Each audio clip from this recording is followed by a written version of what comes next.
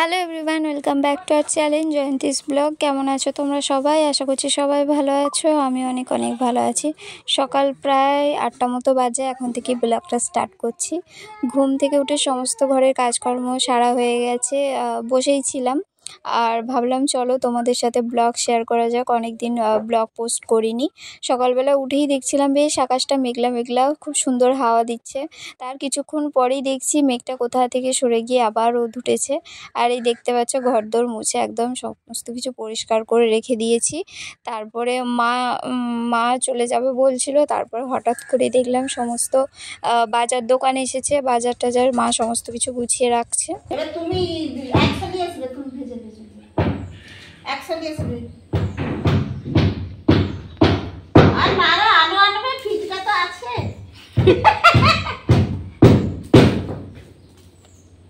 তুমি তাহলে কি করবে? ফুলকপি করবে নাকি? চলে যাও দিদি, ফুলকপি করবে না কালকে ভাত টাত খেয়ে যাবে? কি কালকে? হ্যাঁ, না না, ভাত টাত খেয়ে যাবো না। 9টা 10টার সময় করে বেরাবো, 9টা 9:30। রাম নিচুড়বে কে? অনেক কিছু বাজার এসেছে, পটল, বেগুন, ফুলকপি, ঝিঙে, আর ছিল পেঁয়াজ শেষ হয়ে গিয়েছিলো। আর ওদিকে ছিল আম। আসলে আম আনার কারণ হচ্ছে কাসুন্দি হবে, সেটা হচ্ছে আমাদের না, আমাদের কাসুন্দি অনেক দিনই হয়ে গেছে। এই দেখো সর্ষে, এটা হচ্ছে যেই কাকাবাবুদের বাড়িতে গিয়েছিলাম সে ফ্রিজ দেখতে, সেই কাকাবাবুদেরকে একজন মারা গেছে। তো তা কাকাবাবুর মানে কাকা মারা গেছে, দাদু মারা গেছে, সম্পর্কে আমার দাদু হয়, তো মারা গেছে। তো যার কারণে তাদের তো অসুচ, তাই জন্যে মানে তাদের বাড়িতে কাসুন্দি হবে না, তো আমাদের বাড়িতে করতে দিয়ে গেছে। আমি আর মা বানাবো। আর আমি হচ্ছে এর আগের দিনকে যাব বাপের বাড়ি, তো মা আমাকে বলছে তুমি চলে যাবে, কি রান্না করবে? আর তোমাদের তো বলতেই ভুলে গেছি, আমাদের বাড়িতে একটা নতুন জিনিস, নতুন মেম্বার এসেছে। সেটা হচ্ছে এই যে ফ্রিজটা, যেটা তোমরা আগে শর্ট ভিডিওতে দেখবে হয়তো, যে কাকাবাবুদের বাড়িতে ফ্রিজ দেখতে যাচ্ছিলাম, ফ্রিজ কিনবো বলে। ডাবল ডোরের ফ্রিজটা আমার খুব একটা পছন্দ হয়নি, তো সিঙ্গেল ডোরের ফ্রিজটা আমার খুব একটা খারাপ লাগেনি, আমার তো খুবই ভালো লেগেছে। অনেকগুলো তাক ছিল, তবে সমস্ত কিছু মা সবজি টবজি ঢুকিয়ে রাখছিল। আর একদম নতুন, বেশিরভাগটা জলের বোতলই রাখা রয়েছে। ঠান্ডা জল খেতে কার না ভালো লাগে, আমারও খুব ভালো লাগে। কিন্তু আমি এমন পজিশনে পড়ে গেছি যে ফ্রিজ হয়তো কিনেছি, কিন্তু এখন আমি ঠান্ডা জলটা একেবারেই খেতে পারবো না, কারণ আমার কানের যেহেতু ইনফেকশান হয়ে গেছে। ডাক্তার আমাকে সম্পূর্ণ বারণ করেছে ঠান্ডা জল বা ঠান্ডা যে কোনো জিনিস, ঠান্ডা জিনিসটা খাওয়াই যাবে না, আমাকে ওটা বেশিরভাগই অ্যাভয়েড করেই চলতে হবে। তো যাই হোক, ওইদিকে মা সমস্ত সবজি টবজি গুছিয়ে রেখে চলে গিয়েছে। আর এদিকে দেখো প্রেশার কুকারে একটু ডাল এবং আলু দিয়ে সিদ্ধ করে সিটি মেরেছি। তার কারণ হচ্ছে আমাদের ওপরে কাজ হচ্ছে, মিস্ত্রি লেগেছে, আজ থেকে নিয়ে লেগেছে। তো যার কারণে আমি এখন তাদেরকে খাবার জোগাড়ের জন্য মা ওটা করে রেখে গেছে। বাদবাকি ভাবলাম চলো যখন টাইম হবে, ওরা 10টার সময় সকালের জলখাবার খায়, তখন তাদেরকে দিয়ে দেবো। তার আগে প্রায় 8টা 8:30 মতো বাজে, তো আমি ভাবলাম চলো রান্নাবান্না বসিয়ে দিই। ওদিকে ভাতটা বসিয়ে দিয়েছি, আর এদিকে ফুলকপির তরকারি হবে। ফুলকপিটা অনেকটা বড়, আর যেহেতু এখন ফ্রিজটা কেনা হয়ে গেছে, তো এখন আর সেই টেনশানটা নেই যে না বেশি তরকারি করলে খারাপ হয়ে যাবে। আর সত্যি কথা বলতে, আমি যখন বাড়ি থাকি না, যখন আমি বাপের বাড়ি চলে যাই বা একদিনের জন্য হয়তো কোথাও গেছি, তো এমনটা হয় মা বেশিরভাগটা রান্নাই করে না, হয়তো আলু সিদ্ধ ভাত করে খেয়ে নেয়, সবজিপাতি একদমই রান্না করে না। তো ফ্রিজটা আসাতে মা আমাকে বললো যে ঠিক আছে, ফুলকপির তরকারিটা পুরো ফুলকপিটাই করে ফেলো।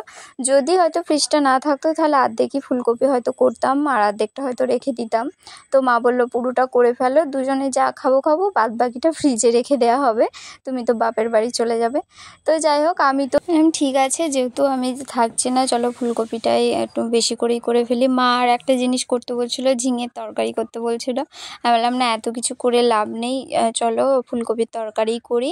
তারপরে মাছ এনেছিল, মাছের ঝাল করব আর ফুলকপির তরকারি করব। তো তাই ভেবে ফুলকপি সমস্ত কিছু কাটাকুটি করে এদিকে ভাবলাম চলো, ভাত তো হয়ে গিয়েছে, তো ভাবলাম ফুলকপিটা আর আলুটা একটু ভালো করে নুন এবং হলুদ দিয়ে ভালো করে একটু সিদ্ধ বসিয়ে দিই, কারণ যেহেতু ফুলকপি দেখবে একটু গ্যাস হয় খেলে, তো তো একটু জল ঝরে মানে সিদ্ধ করে একটু জলটাকে ফেলে দেওয়া আমার মনে হয় ভালোই হবে। তো এটাকে বসিয়ে দিয়ে আবার চলে গিয়েছিলাম ওখানে সমস্ত কিছু কাটাকুটি করতে। তারপরে সমস্ত কিছু জোগাড় জাতি করে পেঁয়াজ আদা রসুন কেটে নিয়ে চলে এসেছিলাম রান্না করতে। আলু আর ফুলকপিটা ভালো করে সিদ্ধ হয়ে গিয়েছিল, আর তেল দিয়ে ভালো করে এগুলোকে ভেজে নেব।